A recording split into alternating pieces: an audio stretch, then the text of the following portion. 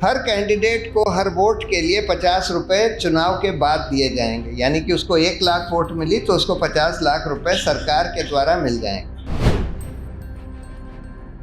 जो कैंडिडेट्स ऐसे हैं जो अच्छे हैं लेकिन उनके पास पैसे नहीं हैं, अपने दोस्तों से लोन ले लेते हैं और उसके बाद फिर जब चुनाव हो जाता है उनको 1 लाख 1.5 लाख वोट मिल गए और उनको सरकार की तरफ से 50 लाख 75 लाख मिल गए तो वो फिर अपने फ्रेंड्स को वापस कर देते हैं लोन। कई लोग ये कहते हैं, सरकार ये कहती है कि नहीं नहीं ये तो बहुत महंगा है, इसको हम अफोर्ड ही नहीं कर सकते। क्यों नहीं अफोर्ड कर सकते? हिंदुस्तान में टोटल 60 करोड़ वोट एक जनरल इलेक्शन में, लोकसभा के इलेक्शन में टोटल डाले जाते हैं। अब 60 करोड़ का अगर आप 50 रुपये पर वोट देंगे तो 3000 करोड़ हो गया। ऑफ कोर्स आप इस पे सीलिंग लगा देंगे कि 1.5 लाख वोट से ज़्यादा अगर आपको मिले, 75 लाख से ज़्यादा किसी को नहीं मिले, तो यानी कि उसका आधा ही पैसा सरकार को देना होगा, क्योंकि बहुत सारे लोगों को 1.5 लाख से ज़्यादा वोट मिलेंगे। बहुत बहुत धन्यवाद सभी साथियों को। मेरा नमस्कार और सत श्री अकाल। अंजलि ने काफ़ी विस्तार से आपको इलेक्टोरल बॉन्ड्स के बारे में बताया। हम लोगों ने जब इलेक्टोरल बॉन्ड्स की स्कीम को चैलेंज किया था सुप्रीम कोर्ट में, तो 3 आधार थे, 3 मुख्य आधार थे। पहला तो ये कि ये गुप्त तरीका है, ऑफिशियली गुप्त तरीका है पार्टियों को पैसे देने का, और ये जनता के सूचना के अधिकार जिसको कि सुप्रीम कोर्ट ने मौलिक अधिकार माना है जनता का, उसके खिलाफ है, क्योंकि हमको ये जानने का हक है कि कौन किस पार्टी को पैसे दे रहा है। दूसरा ये कि इसके ज़रिए घूसखोरी बढ़ेगी, क्योंकि अगर आपने गुप्त तरीका कंपनियों के द्वारा पॉलिटिकल पार्टियों को पैसा देने का बनाया है तो इसमें बहुत सारा पैसा घूस के तौर पर दिया जाएगा। अगर उन कंपनियों को ये पता है कि भाई किसी को पता नहीं लगेगा कि हमने घूस दे दी कॉन्ट्रैक्ट लेने के लिए या कोई और फ़ायदा लेने के लिए हमने घूस दे दी, अगर किसी को पता नहीं लगेगा तो घूसखोरी बढ़ेगी। और तीसरा हम लोगों ने बोला था कि इससे जो लेवल प्लेइंग फील्ड है पॉलिटिकल पार्टियों के बीच में चुनाव में, वो जो है गड़बड़ा जाएगी, क्योंकि सिर्फ जो रूलिंग पार्टीज़ हैं उन्हीं को ये इलेक्टोरल बॉन्ड के ज़रिए पैसा मिलेगा, क्योंकि रूलिंग पार्टीज़ ही हैं जो कंपनियों का कुछ फ़ायदा करा सकती हैं, और जो पार्टीज़ रूलिंग पार्टी नहीं है केंद्र में या राज्यों में, उनको कुछ नहीं मिलेगा। और जब ये खुलासा सुप्रीम कोर्ट ने ऑर्डर किया, जब इलेक्टोरल बॉन्ड्स को रद्द करके और स्टेट बैंक को बोला कि भाई तुम बताओ कि किसने पैसा किसको दिया, तो पहले तो स्टेट बैंक ऑफ इंडिया ने बोला कि नहीं, इसमें हमको 4 महीने और लगेंगे और चुनाव गुजर जाने दीजिए, चुनाव के बाद हम बताएंगे। सुप्रीम कोर्ट ने बोला कि ये तो आपके पास सूचना है तो आप क्यों नहीं बता सकते। तब फिर उन्होंने बताया, 2 अलग अलग लिस्ट पब्लिश करी। एक लिस्ट में लिखा था कि किन लोगों ने बॉन्ड खरीदे और कब कितने के, और दूसरी लिस्ट में लिखा था किन पार्टियों ने बॉन्ड कब कितने के एनकैश किए। लेकिन उसमें ये नहीं लिखा था कि ये बॉन्ड किसने किस पार्टी को दिया।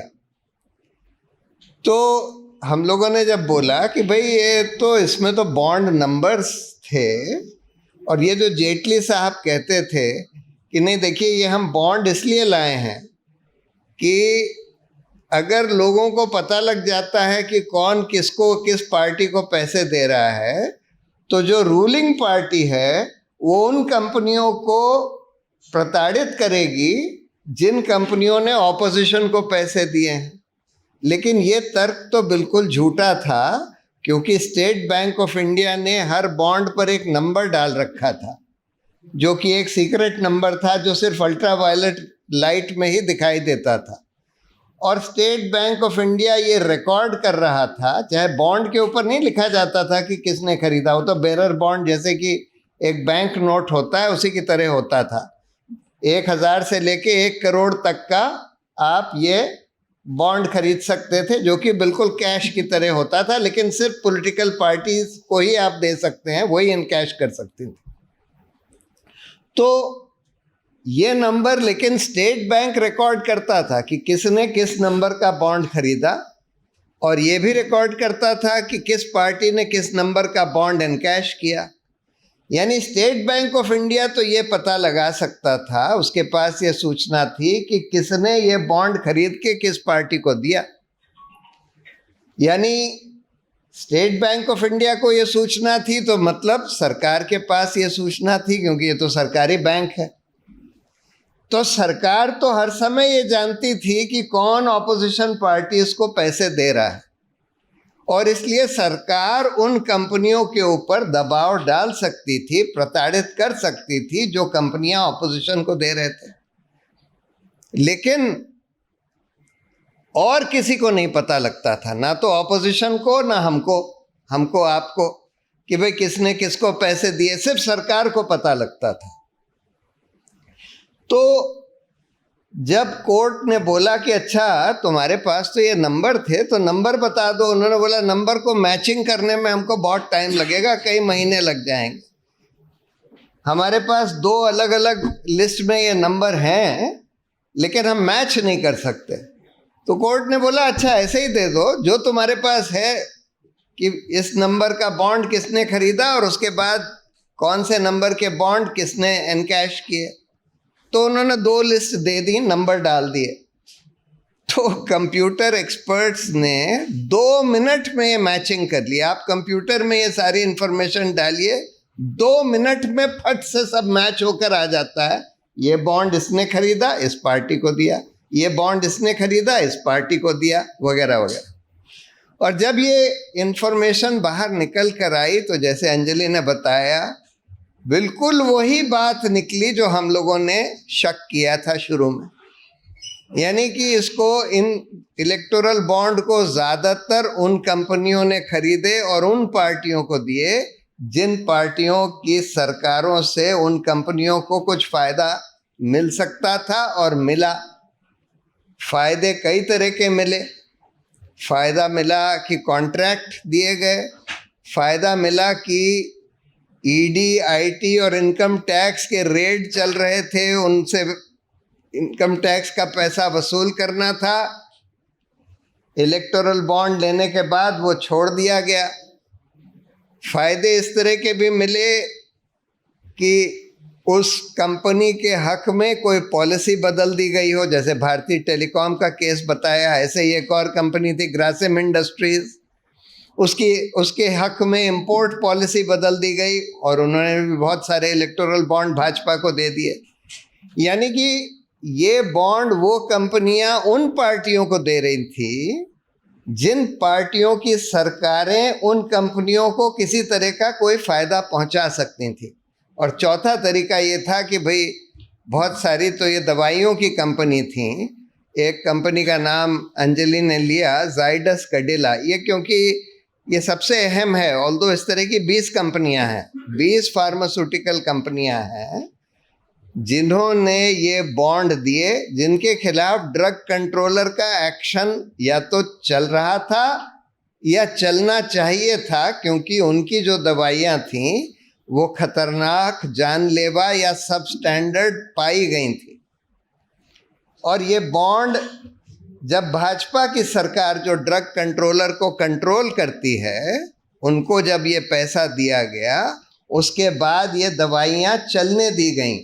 और ये जाइडस कैडिला जो ये गुजरात की कंपनी है, उसने एक बहुत ही खतरनाक, जो कि आप में से कुछ लोगों ने शायद वो दवाई ली भी हो, रेमडेसिविर, जो कि कोविड के समय सरकार ने खूब प्रमोट करी कि भाई ये जादू की दवाई है कोविड को कंट्रोल करने के लिए। बहुत महंगी दवाई थी उस समय, तो 50-50 हज़ार रुपए की एक डोज मिल रही थी कोविड के समय, और बिल्कुल खतरनाक, जानलेवा दवाई थी। यानी कि उससे फायदा बहुत कम होता था, बहुत कम लोगों को, लेकिन उससे कहीं ज्यादा लोगों की जान ले लेती थी ये दवाई। और जितने लोग मरे हैं कोविड के सेकंड उसमें, अगर उनकी ठीक से एनालिसिस करी जाए तो आप ये देखेंगे कि बहुत सारे लोगों को ये दवाई दी गई, रेमडेसिविर। इसको चलने दिया गया, ऐसी खतरनाक जानलेवा दवाई, यानी कि आपने लाखों लोगों को मौत के घाट उतार दिया सिर्फ इसलिए कि वो कंपनी आपको कुछ 100 करोड़ रुपए की घूस दे रही थी। तो बॉन्ड तो देखिए, अब हम लोग को समझना होगा कि क्यों परकला प्रभाकर, जो निर्मला सीतारमन के पति हैं, वो ये कहते हैं कि इलेक्टोरल बॉन्ड जो है हिंदुस्तान का ही नहीं बल्कि विश्व का सबसे बड़ा घोटाला है। क्यों? बॉन्ड तो 16,000 करोड़ के दिए गए, 16,500 करोड़ के, लेकिन उसके एवज में कम से कम 5 लाख करोड़ के तो कॉन्ट्रैक्ट दिए गए उन्हीं कंपनियों को जिन्होंने बॉन्ड दिए गए। लाखों करोड़ रुपए उन कंपनियों ने चोरी करे थे, टैक्स के, मनी लॉन्ड्रिंग के द्वारा वगैरह वगैरह। वो लाखों करोड़ रुपए वसूल नहीं किए गए क्योंकि उनसे आपने कुछ 1000 करोड़ के बॉन्ड ले लिए उन कंपनियों से, और लाखों लोगों को मौत के घाट उतार दिया। ये तो सिर्फ मैं एक दवाई की बात कर रहा हूं, रेमडेसिविर, जो कि अगर इसकी ठीक से एनालिसिस करी जाए तो हिंदुस्तान में ही लाखों लोगों की मौत के लिए ये एक दवाई जिम्मेदार है। और बहुत सारी सब स्टैंडर्ड ड्रग्स को आपने चलने दिया, और इसीलिए कि आपने घूस ले ली।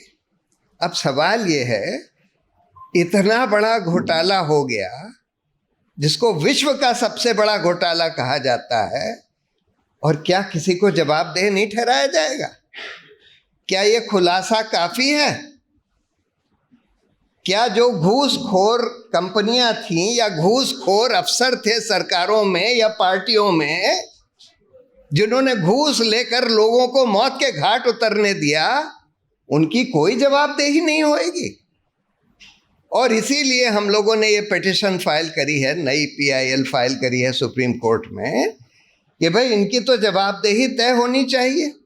ये पता लगना चाहिए कि उस कंपनी में कौन लोग थे जो इस कॉन्स्पिरेसी में शरीक थे, उस सरकार में कौन लोग थे जिन्होंने इन कंपनियों को कॉन्ट्रैक्ट दिया ये पैसे लेकर। पैसे मतलब पार्टी को दिए गए, लेकिन पार्टी उस सरकार को चला रही थी, तो उस सरकार में कौन लोग थे, उस पार्टी में कौन लोग थे, और इस ED, IT, CBI में कौन लोग हैं जो इस कॉन्स्पिरेसी में शरीक हो गए, जिन्होंने अपना हाथ खींच लिया, यानी कि रेड कर दी कंपनी के ऊपर, उसके बाद नोटिस वोटिस दे दिया, उसके बाद पैसे लिए और फिर अपना हाथ खींच लिया। तो जाहिर है कि ED, IT, CBI के भी कुछ ऑफिसर्स इसमें शामिल थे इस कॉन्स्पिरेसी में, इस घूसखोरी की कॉन्स्पिरेसी में। तो इनकी जवाबदेही तय होनी चाहिए कि नहीं, इनका प्रोसिक्यूशन, इनको सजा मिलनी चाहिए कि नहीं, और कौन देगा, कैसे होगा, इसका इन्वेस्टिगेशन कौन करेगा? CBI और ED वगैरह तो नहीं कर सकते क्योंकि उन्हीं के लोग इसमें शामिल भी थे। तो इसलिए हम लोग कह रहे हैं, देखिए चीमा साहब यहाँ स्पेशल पब्लिक प्रोसिक्यूटर हैं कोलगेट वाले केस में, सुप्रीम कोर्ट ने इनको अपॉइंट किया है। कोलगेट में तो सिर्फ एलोकेशंस को आर्बिट्ररी ठहराया गया, उसके आधार पर सुप्रीम कोर्ट ने बोला कि भाई इसमें अगर घूसखोरी हुई है, करप्शन हुआ है, तो इसका इन्वेस्टिगेशन होना चाहिए, और कोर्ट मॉनिटर्ड इन्वेस्टिगेशन ऑर्डर किया, स्पेशल पब्लिक प्रोसिक्यूटर अपॉइंट कर दिया। यहाँ तो मनी ट्रेल दिख रही है। ये दिख रहा है कि भाई ये घूस, ये पैसा इतने 1000 करोड़ दिया गया इन कंपनियों के द्वारा जिनको फायदे मिले हैं, उन्हीं सरकारों से, जिन पार्टियों को पैसा दिया गया उन्हीं की पार्टियों की सरकारों से फायदे मिले हैं। तो यहाँ तो बिल्कुल हम कहते हैं ओपन एंड शट केस है कि भाई इसमें इन्वेस्टिगेशन होकर आप पता लगाइए कौन ऑफिसर्स इन्वॉल्व थे और उनको सजा दिलवाइए। अब वो इन्वेस्टिगेशन कौन करेगा? उसके लिए तो एक स्पेशल इन्वेस्टिगेशन टीम जिसमें कि कोई रिटायर्ड सीबीआई के या कोई दूसरी इन्वेस्टिगेटिंग एजेंसीज के ऑफिसर्स जिनकी रेपुटेशन बिल्कुल बेदाग हो, उस तरह के ऑफिसर्स की एसआईटी बनानी पड़ेगी और एक रिटायर्ड सुप्रीम कोर्ट जज की निगरानी में वो इन्वेस्टिगेशन टीम काम करे, तब जाकर ये पता लग सकता है कि भाई इसमें कौन लोग इन्वॉल्व थे इस घूसखोरी में। कई लोग मुझसे ये पूछते हैं कि सुप्रीम कोर्ट ने इलेक्टोरल बॉन्ड रद्द कर दिए, पॉलिटिकल पार्टियों को जिनको ये पैसे मिले उनसे वापस क्यों नहीं लिए? वापस इसलिए नहीं लिए क्योंकि इलेक्टोरल बॉन्ड इलीगल इसलिए ठहराया गया क्योंकि ये गुप्त बॉन्ड था। तो सुप्रीम कोर्ट ने बोल दिया कि अच्छा, जो ये इसका जो गुप्त एस्पेक्ट था उसको हम बेनकाब करते हैं और स्टेट बैंक ऑफ इंडिया को कहते हैं कि भाई पूरी इंफॉर्मेशन दे दो, बाहर कर दो। कंपनियों को पॉलिटिकल डोनेशन देना इलीगल नहीं था। ये ज़रूर है कि 7.5% प्रॉफिट से ज़्यादा देना पहले इलीगल था, बाद में उसका अमेंडमेंट कर दिया जिसको सुप्रीम कोर्ट ने रद्द कर दिया, जैसे अंजलि ने बताया। हाँ, ये भी इलीगल था कि जो कंपनियां 3 साल से कम पुरानी हैं, नई कंपनियां हैं, वो पॉलिटिकल डोनेशन नहीं दे सकती। लेकिन घूस के तौर पर डोनेशन लेना तो कतई मंजूर नहीं था, वो तो बिल्कुल ही इलीगल था, वो तो क्राइम है। प्रिवेंशन ऑफ करप्शन एक्ट में सीरियस क्राइम है।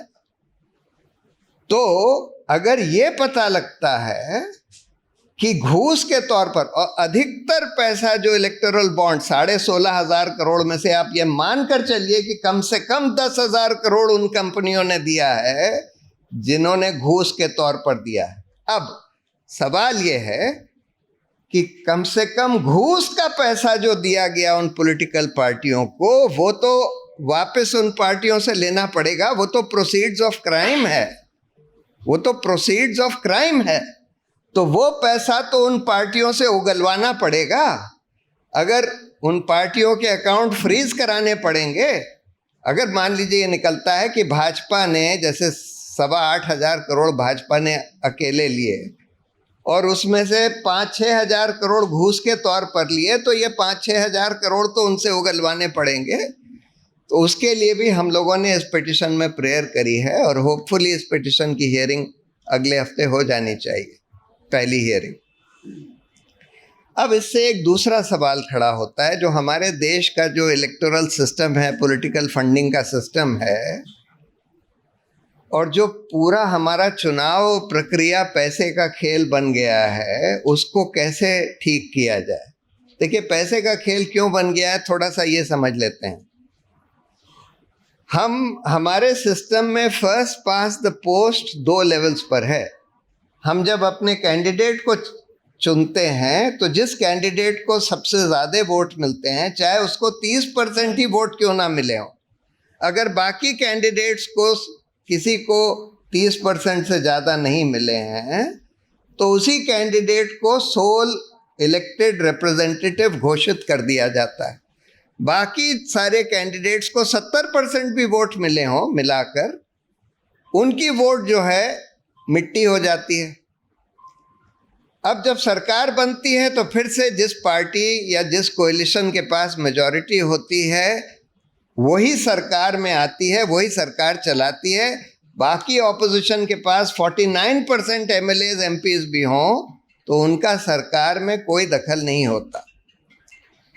अब इसका इफेक्ट ये होता है कि जब हम वोट देते हैं तो हम सिर्फ ये नहीं देखते कि कौन पार्टी या कैंडिडेट हमको सबसे पसंद है, उसको हम हर बार वोट नहीं देते। अगर हमें ये लगे ये पार्टी और कैंडिडेट तो बहुत अच्छा है लेकिन इसका जीतने का कोई चांस नहीं, तब हम जो पार्टी या कैंडिडेट हमको लगता है कि जिनका जीतने का कुछ चांस है, उनमें से जो कम खराब हमको लगता है उसी को वोट दे देते हैं। अब ये हम कैसे समझते हैं कि किस कैंडिडेट या पार्टी का जीतने का चांस है या नहीं है? ये हम इस तरह से समझते हैं कि कौन सी पार्टी या कैंडिडेट की कितनी विजिबिलिटी है। जिस पार्टी या कैंडिडेट की विजिबिलिटी नहीं है, हम सोचते हैं कि भाई ये तो जीत नहीं सकता। ये एक मोटा रूल ऑफ थंब है हमको ये समझने का, जिस आधार पर हम ये समझते हैं कि कौन जीत सकता है, कौन नहीं जीत सकता। अब ये कैसे होता है, विजिबिलिटी कैसे होती है? विजिबिलिटी पैसे से होती है। पैसे से आप अखबारों में, टीवी पर इश्तिहार छपवा सकते हैं, निकलवा सकते हैं। पैसों से आप बड़ी बड़ी होर्डिंग्स लगा सकते हैं। पैसों से आप अपने पेड वर्कर्स को घुमा सकते हैं कि आपके हैंडबिल्स वगैरह डिस्ट्रीब्यूट करें। और पैसे से ही आजकल बड़ी बड़ी पॉलिटिकल रैली करी जाती हैं, ठेके दिए जाते हैं। जब मोदी जी की जो रैली होती है, आप सोचते हैं लोग ऐसे ही आ जाते हैं? या तो सरकारी लोगों को बोला जाता है कि भाई सरकार में स्कूल जो हैं वो अपने लोगों को भेजें, या फिर ये बोला जाता है कि भाई अच्छा हम ठेके दे रहे हैं, हम हर बस 550 लोग आप बस में लाइए, हर बस के हम 50,000 रुपये देंगे, जितने बस आप लाएंगे 50,000 रुपये दिए जाएंगे। इस आधार पर भीड़ खरीदी जाती है और उससे फिर उसको फिर टीवी पर दिखाया जाता है कि देखिए मोदी जी की इतनी बड़ी रैली हो गई, और उससे लोगों को लगता है कि हाँ भाई ये तो भाजपा तो बहुत आगे है, देखिए मोदी जी की इतनी बड़ी बड़ी रैली हो रही है। सो सब कुछ पैसे का खेल हो गया।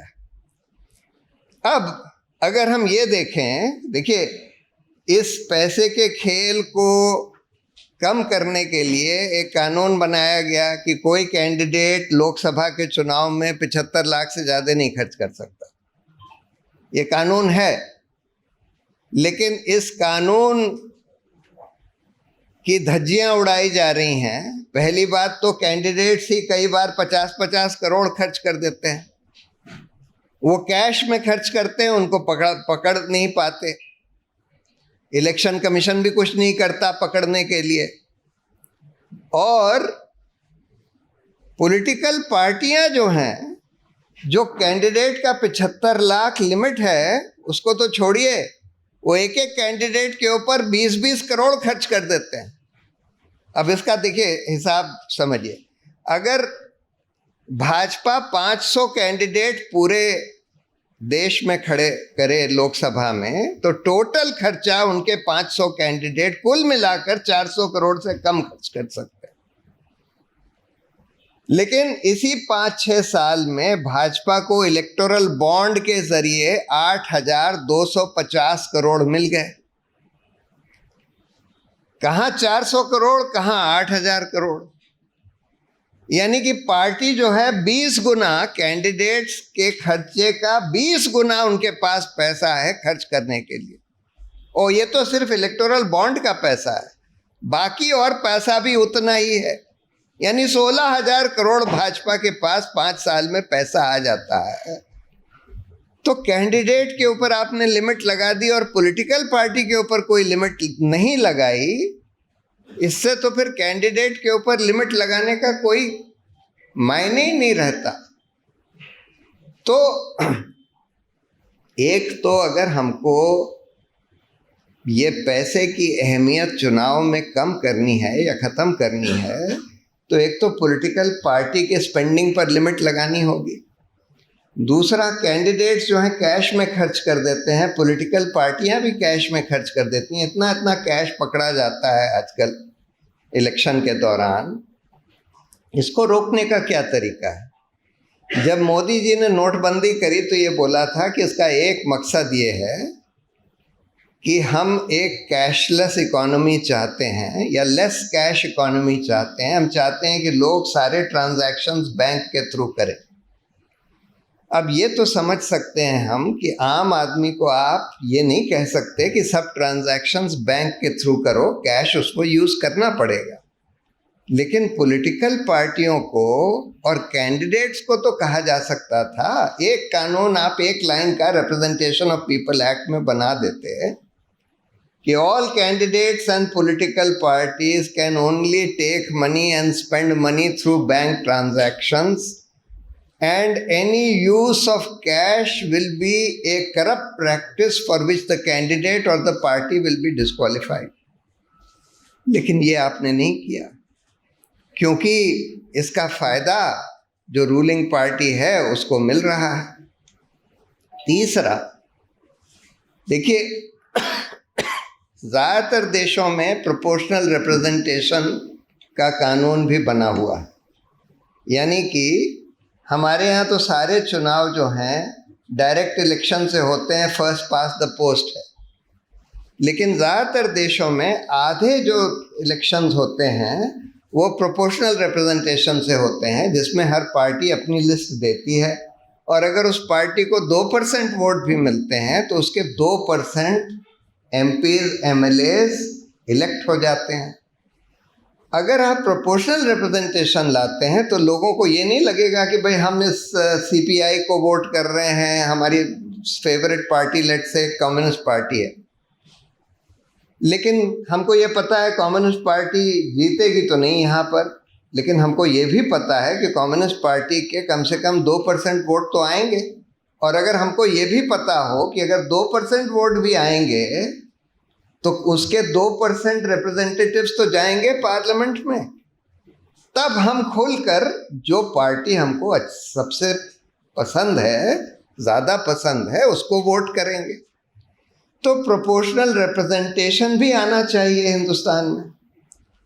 आखिरी बात, देखिए, स्टेट फंडिंग ऑफ इलेक्शन, बहुत सारे ऐसे लोग होते हैं जो बहुत अच्छा काम किया होता है उन्होंने अपने लोकल एरिया में, लेकिन उनके पास तो 75 लाख भी नहीं है। मेरे एक दोस्त अभी चुनाव लड़ रहे हैं यूपी से, बहुत अच्छे स्टूडेंट लीडर थे, अब तो खैर स्टूडेंट नहीं है, लेकिन उनके पास तो 75 लाख भी नहीं है। वो हमसे कह रहे थे कि भाई कुछ पैसे अगर आप दे सकें तो बड़ा अच्छा होगा, अपने दोस्तों को कह सकें। अब बहुत सारे लोगों ने ये प्रपोज किया है और कुछ देशों में होता भी है, जिसको स्टेट फंडिंग ऑफ इलेक्शंस कहते हैं। देखिए, इतना पैसा जितना हिंदुस्तान में खर्च होता है इलेक्शंस में, इतना तो कहीं पर भी नहीं होता, शायद अमेरिका में भी नहीं होता। बेइंतहा खर्च होता है। कहते हैं कि 2019 में 50,000 करोड़ चुनाव में खर्च हुआ। इंग्लैंड वगैरह में अगर आप जाकर देखें तो वहाँ चुनाव में या यूरोप में बहुत कम पैसे खर्च होते हैं, और वो किया जा सकता है। लेकिन उसका एक तरीका ये है कि लेवल प्लेइंग फील्ड अगर आप करना चाहते हैं तो स्टेट फंडिंग ऑफ इलेक्शंस करिए। उसका तरीका ये होता है, हर कैंडिडेट को हर वोट के लिए 50 रुपये चुनाव के बाद दिए जाएंगे, यानी कि उसको 1 लाख वोट मिली तो उसको 50 लाख रुपए सरकार के द्वारा मिल जाएंगे। तो जो कैंडिडेट्स ऐसे हैं जो अच्छे हैं लेकिन उनके पास पैसे नहीं है, अपने दोस्तों से लोन ले लेते हैं, और उसके बाद फिर जब चुनाव हो जाता है, उनको 1 लाख 1.5 लाख वोट मिल गए और उनको सरकार की तरफ से 50 लाख 75 लाख मिल गए, तो वो फिर अपने फ्रेंड्स को वापस कर देते हैं लोन। तो कई लोग ये कहते हैं, सरकार ये कहती है कि नहीं नहीं, ये तो बहुत महंगा है, इसको हम अफोर्ड ही नहीं कर सकते। क्यों नहीं अफोर्ड कर सकते? हिंदुस्तान में टोटल 60 करोड़ वोट एक जनरल इलेक्शन में, लोकसभा के इलेक्शन में टोटल डाले जाते हैं। अब 60 करोड़ का अगर आप 50 रुपये पर वोट देंगे तो 3,000 करोड़ हो गया। ऑफ कोर्स आप इस पे सीलिंग लगा देंगे कि 1.5 लाख वोट से ज़्यादा अगर आपको मिले, 75 लाख से ज़्यादा किसी को नहीं मिलेंगे।